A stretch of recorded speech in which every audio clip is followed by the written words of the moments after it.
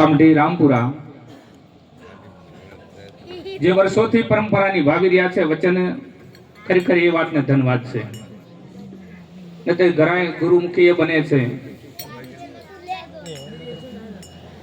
પણ એ દિવસથી આજ સુધી જે પરંપરાને નિભાવી રહી એમની ગુરુગાદીએથી મહારાજને બોલાવ્યા છે અને દર વર્ષે ભજન સત્સંગ રાખે છે. ખૂબ ખૂબ ધન્યવાદ છે પરિવારને. દરેકે દરેક ભક્તોને પણ જય ગુરુ મહારાજ. માતાઓ બહેનો, સત્સંગ ઘણો થયો, વાણી ઘણી થઈ, પણ અહીંયા ખરેખર આપણે તો એ જ ભૂમિકા રખાય કે આપણે બધા સમજવા જ આવ્યા છીએ. દરેકે દરેક સંત મહાપુરુષો કોઈ પોતપોતાના ઘરનું લાવતા નથી. આદુ અનાદિથી જે સંત મહાપુરુષોની પરિસાદી છે ને એ ચાલી આવે છે. હું કહું કે મોં વળી વાણી સારી બોલીને મેં સત્સંગ કર્યો, આ કે એવું ના, એવું નથી. આ બધા સંતો આદ અનાદિથી જે રીતિ આવી છે ને એને ખરેખર પરંપરાને આગળ વધાવી રહ્યા છે. ધન્યવાદ છે આવા સંત મહાપુરુષોની. કારણ કે સત્સંગની બહુ ઊંચી ભૂમિકાની વાતો થઈ, પણ જેને એ દ્રષ્ટિ મળેલી છે, ભૂમિકા સુધી પહોંચેલો છે ને એના માટે બરાબર છે. હમણાં મહારાજે ફૂલની વાત કરી, કારણ કે એ સંત મહાપુરુષો છે એટલે એમને ખબર છે કે ફૂલ કયું છે ને કલર કઈને હોય.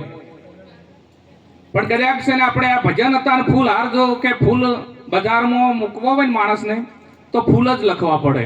કારણ કે એ શબ્દ જગતના વ્યવહાર માટે છે. જગતની દ્રષ્ટિ એટલા સુધી પહોંચતી નથી. અને એને કદાચ છે ને આપણા નિરાકાર વાળી વાત કરવા જો ચોપડામાં લખીને આપો કે આ નિરાકાર વસ્તુ લઈને આવે તો એ શું લઈને આવે? એટલે આ સંત મહાપુરુષો એમની દ્રષ્ટિથી વાત કરતા હોય છે. અને આ જે નામ છે આ વસ્તુને ઓળખવા માટે, જગતના વ્યવહાર માટે, એ એમની રીતે બરાબર છે. આ જગતમાં કોઈ ખોટું છે નહીં જો જેમ જેમ સમજવામાં આવે તો.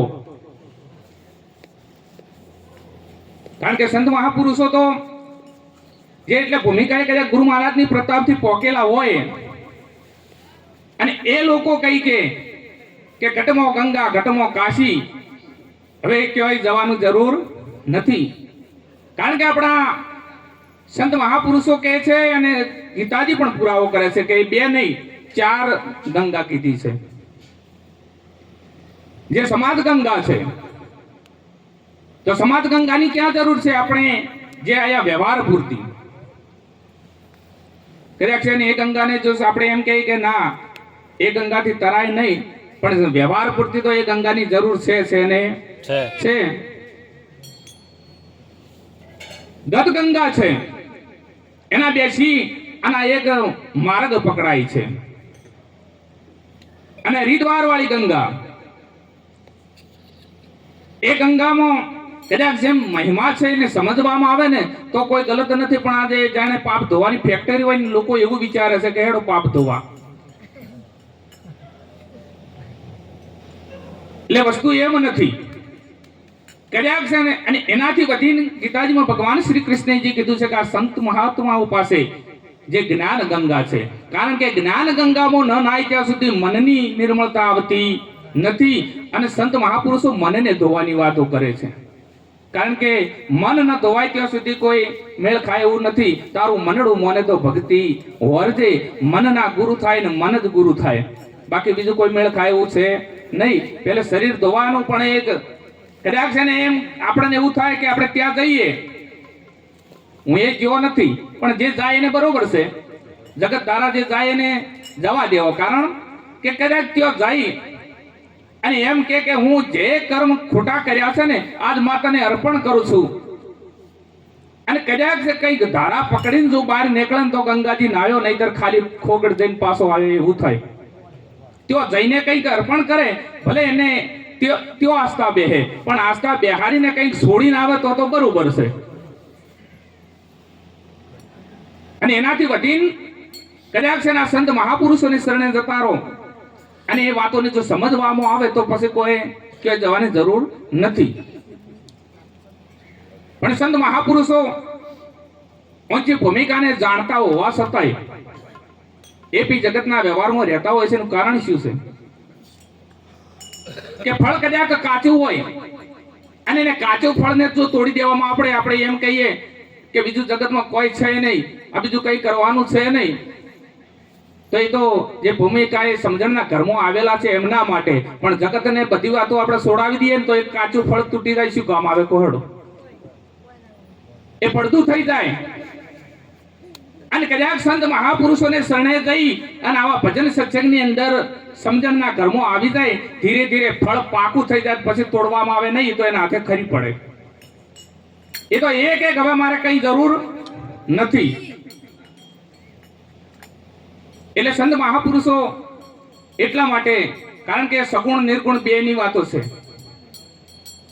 આ શરીર છે ઘાટ છે,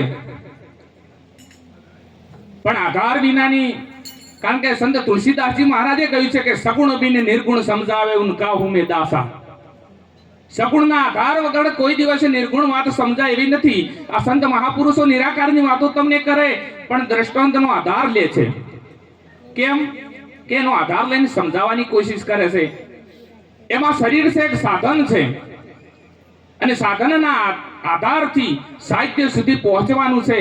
પણ પ્રતાપરામના મહારાજે કહ્યું એમ કે વિડંબલા ત્યાં ઊભી થઈ છે કે શરીર છે એ જ હું છું આ માની બેઠો છે, ભૂલી એટલે થઈ છે. જો આધારને એક આધાર જ પૂરતો માને ને તો કોઈ વાંધો આવે એવું નથી, પણ આધારને જ હવે એવું માની બેઠો કે હું જ છું. કારણ કે આ મળેલી વસ્તુ છે અને પેલી અખંડિત અજર અમર વસ્તુ છે, આદિ અનાદિથી છે. એ વસ્તુ ક્યાંય જતી નથી, ક્યાંય આવતી નથી. કારણ કે સોનું અને દાગીનો એ અલગ નથી. એ વસ્તુને અસંત મહાપુરુષો સમજાવે છે.